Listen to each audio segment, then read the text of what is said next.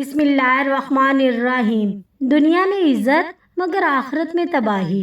حضرت عمر بن مرہ جہنی رضی اللہ تعالیٰ عنہ جنہیں صحابی ہونے کا شرف حاصل ہے، وہ بیان کرتے ہیں، ایک مرتبہ حاکم بن ابو العاص نے نبی اکرم صلی اللہ علیہ وآلہ وسلم کی خدمت میں حاضر ہونے کی اجازت مانگی۔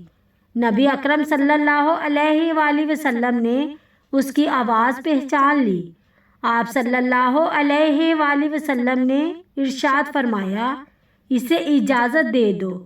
اس پر اللہ تعالیٰ، فرشتوں اور انسانوں سب کی لعنت ہو، اور ان پر بھی لعنت ہو جو اس کی پشت سے نکلیں گے۔ البتہ ان لوگوں کا معاملہ مختلف ہے جو ان میں سے نیک ہوں گے اور ایسے لوگ تھوڑے ہوں گے۔ وہ یعنی اس کی پشت میں سے نکلنے والے لوگ دنیا میں نمایاں حیثیت کے مالک ہوں گے اور آخرت میں فقیر ہوں گے۔ وہ دھوکہ اور فریب کرنے والے لوگ ہوں گے۔